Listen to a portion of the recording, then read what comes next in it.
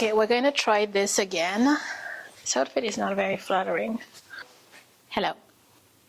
Welcome to the podcast. My name is Emily Igioti. I am a portrait and branding photographer in Edmonton, Alberta. I am French. I was born and raised in Réunion Island, which is near Madagascar.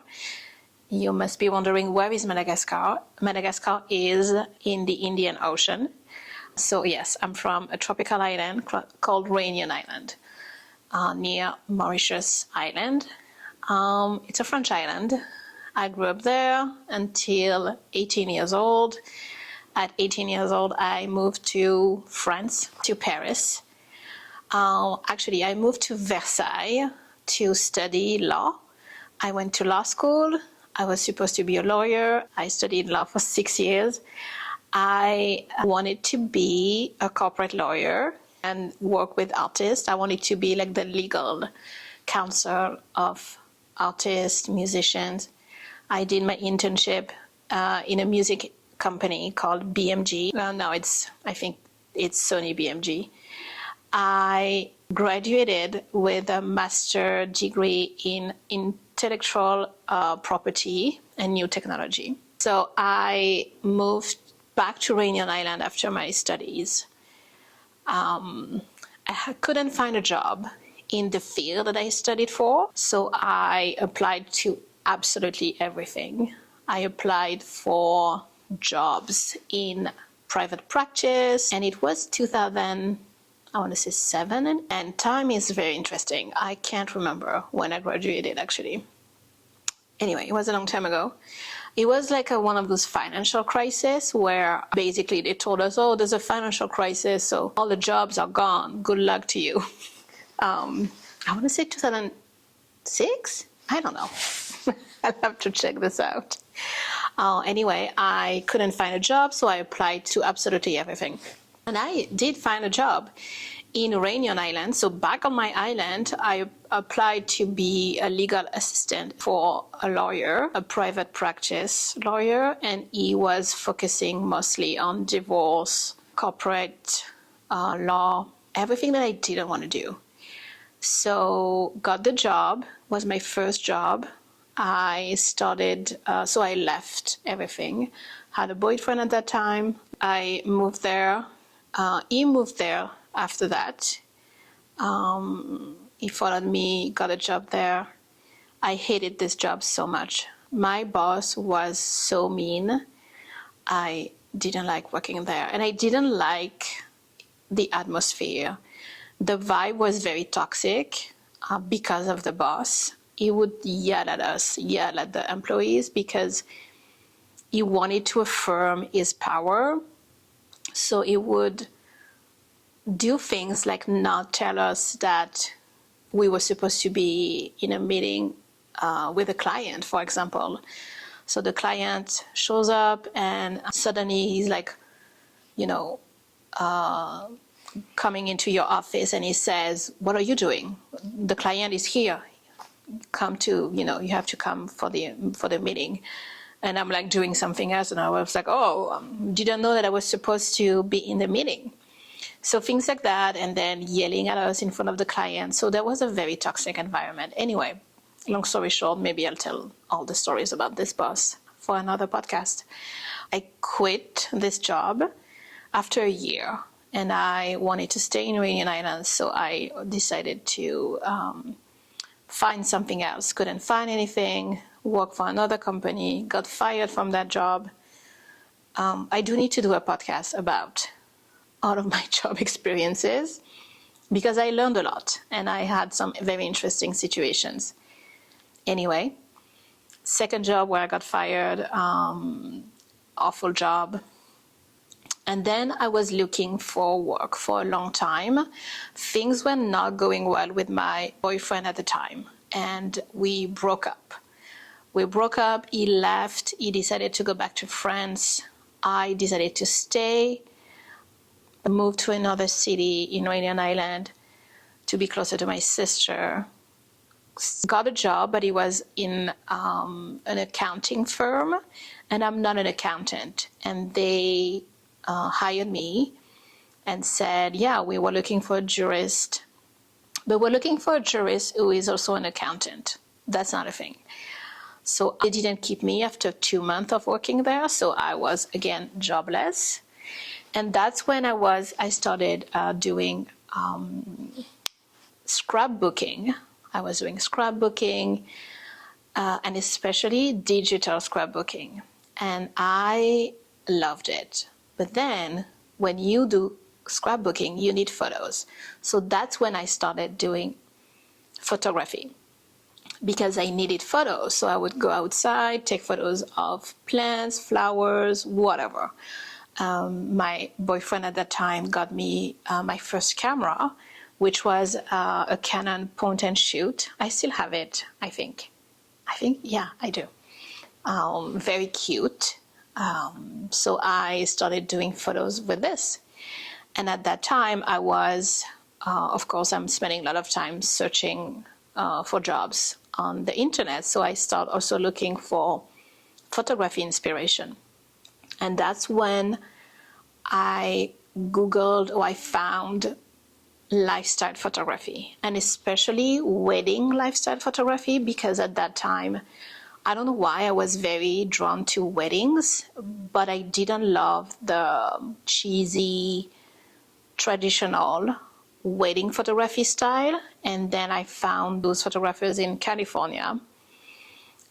Their name is, the business name is The Image is Found. Nate and Jacqueline Kaiser, they blew me away. Their photography style was so different. It was a mix of documentary and lifestyle. So they would take photos of people, of course, like during the wedding, guests, bride and groom, but they would also do those like super creative, fun portraits. So it was a completely different way of photographing weddings, and I loved it. I loved everything about it. So I told my boyfriend at that time, I said, oh my God, I'd love to do this, actually. And he looked at me and said, you want to be a wedding photographer like this? In your dreams. And I was crushed. Yeah, that was so mean. Fast forward to when I was a wedding photographer. He found me on Facebook or something like this. And he sent me a message to say, well, I guess I was wrong. And I said, yes, you are wrong. I am a wedding photographer now. So that's my villain origin story, I guess. So anyway, back to finding those photographers and being inspired. So then, but of course, my boyfriend told me this, this is a dream. This would never happen. That was kind of the end for me. Like, I was like, okay, I can't stay with this guy. I left. I decided, I broke up with him. And also at that time, I decided to find something else to do. So I applied for a master in human resources in Normandy, where my parents live. And I applied for it. And they said, well, you are a professional already, so you need to come for an interview to apply for the master. And I say, okay. So I packed up all my stuff. I got rid of my apartment. I sold my stuff, and I moved back to France. And I went to the interview. It was June 2009. I remember it very well. I went to this interview with this man, the director of the master. And this man was so mean and such a jerk. And I did the interview, and at the end he was like, well, I don't really understand. You don't seem really motivated. I flew 10,000 kilometers to come to the interview. So I couldn't really understand why he was saying that to me. He was saying, I don't see you, you're not very motivated. You have a lot of different jobs on your resume. Guess what? It's tough time to find a job. That interview was really the last drop. And I left this interview knowing that I couldn't do this anymore. And I don't know if this is my intuition or the universe. But I was done. So I told myself, well, yeah, that's it.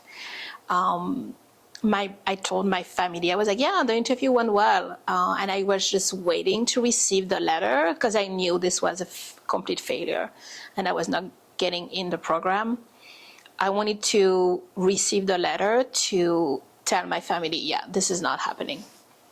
But between the time of the interview and the letter, I really started thinking about photography. And I had a friend at that time I met on a forum about scrapbooking. She was also a photographer. She is a mom of 3 kids, and she's like, I'm launching my business. I'm going to go full time with photography because I've been helping my husband for so many years with his job, his business.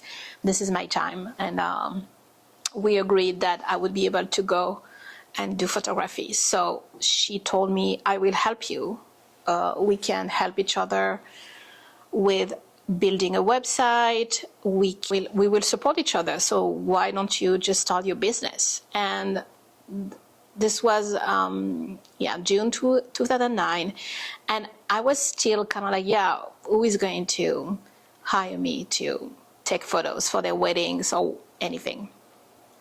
But still, I was done with my law career. So I said, yeah, you know what, why not?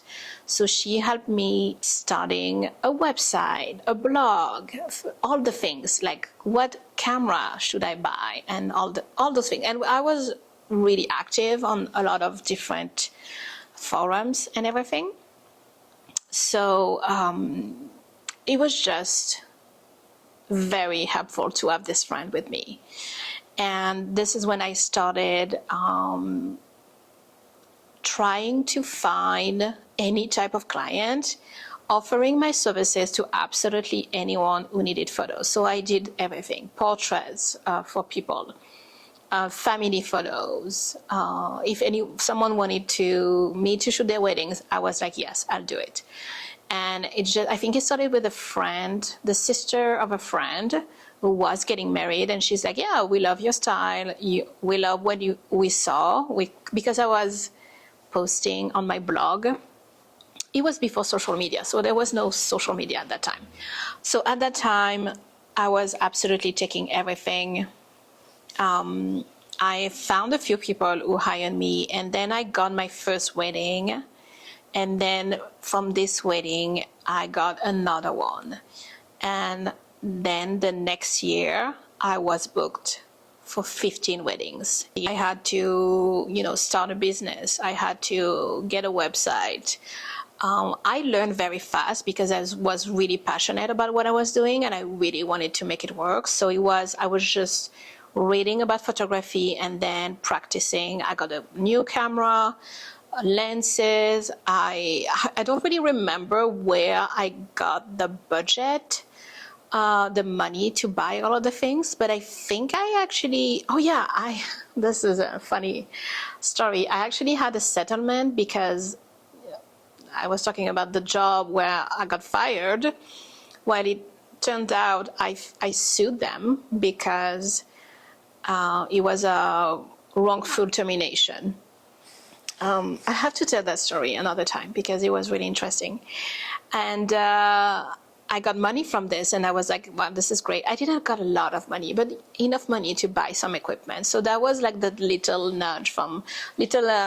gift from the universe that said, here's some money so you can buy your equipment to start your photography business. And then things started really working out. I booked a lot of stuff. Like I said, I was doing a lot of different things. I would take anything. Family photos. I met other, people on those scrapbooking forums. I would offer them my services for photography. So, and it became this very beautiful community of photographers and lots of self-taught photographers. So we were all supporting each other. A lot of people who started at the same time as me. So a few of them are still doing it, and I found this is fascinating to me, and I love following them because we now have we're doing different things. So yeah, it was a fun time. A little bit, it feels a little bit crazy now when I think about it, because I really took a big a leap of faith, and I was just went for it. And people ask me, "Oh, how did you do this?" And I was like, I don't know if I was desperate, but I wanted to do something different, and I wanted to do something that made me feel alive, and yeah, alive. That's it. And I love that. I love photography. I loved editing my photos, learning about it.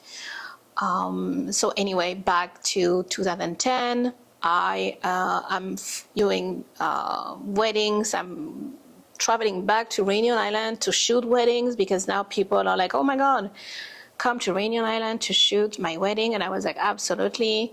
And at that time, so 2010, I met my ex-husband. And the same year, we got married and moved to Montreal. So this is also a story for another day. So now I'm back, and now I'm between France and Montreal, traveling for weddings in France, weddings. I didn't have weddings in Montreal at the beginning, to be honest. And yeah, this was crazy. And then in 2011 or 2012, I'm not sure. I was really mostly working in Montreal, in Quebec. I had to start over in Montreal, obviously. I had to find my clients again, find my customers, but I did it. I did it again. I did a wedding show in Montreal, which was terrible, but also brought me some people. So it was really interesting, starting over in another country. Again, this is probably a story for another day. Lots of learning, lots of lessons. So then I photographed weddings from 2011 to 2017. And in 2017 or 2016, I moved to Edmonton. And when I moved to Edmonton, I decided that I wanted to be a portrait photographer. I was a little bit burnt out by weddings. If you know, you know. Weddings are very exhausting, very long days. Wedding clients can be a lot. So I think I was done with weddings in 2016, and Edmonton was the perfect opportunity to start my photography business. And I knew that I loved portraits more. I love the one-on-one. I love being creative. For me, shooting weddings were kind of like, it was the easy way to get into photography. And then I realized, okay, I don't love weddings. It's fine. And I was really good at it, let's be honest. Lots of happy wedding clients. But it doesn't mean that you have to do it forever. And I loved the one-on-one relationship with portraits, with people, like sitting with them and talk to them. So I did my first truth photo shoot. The truth photo shoot is my main offering. This is my 2-hour personal branding photo shoot where I sit down with someone and we really capture their essence. We really connect and take photos that represent who they are and what are they about, like what is their message, who are they. So I did my first truth photo shoot in Montreal. Before I left, I was like, I need to do this. It feels this is the moment. So I did this photo shoot, and it was so different because I really allowed myself to be in the studio with this woman with not really any expectations, because, weddings are full of expectations. And this time I wanted to be in this studio with my client and just let her be whoever she wanted to be. And take portraits, but also be creative and be free and feel like this is just a time for herself. So that was a big moment for me. And then when I got to Edmonton, I was like, okay, this is the time where I need to market myself as a portrait photographer. This is what I want to do. I want to photograph people. So I changed my website, changed everything. I still had some weddings that I needed to do in Montreal, but I knew I was done. I knew it was time to pack up the wedding photographer persona. So then I got to Edmonton. So 2016 or 17, I can't remember. I think it was 16 actually. Things were not doing very well with my ex-husband. And the year after, so 2017, I remember it for sure, I decided to separate. Got my own apartment. And funny story about this apartment is that I was looking for an apartment just for me. And I found this place and I did one visit. And I got this apartment because it had those big windows. If you go back to my Instagram or my TikTok, you will see this little apartment with like huge windows. And the light in there was so good. And in my head, it was like, I need this apartment because I'm going to take photos there. I'm going to set up a little studio, and this is where I'm going to be working. And I got the apartment. I was so surprised because I had a terrible credit score. I never had anything for, by myself in Canada because I moved with my ex-husband. And I got the apartment and he was like, okay, this is happening. I moved out. I remember it was November 2017. And then starting really getting into portraits, offering different type of sessions, doing mini sessions, family sessions, just to get business coming because I needed obviously the income. And I was just passionate about doing this and taking photos, taking portraits, and being on my own. At the same time, I was also a social media manager for a small company in BC, a presets company.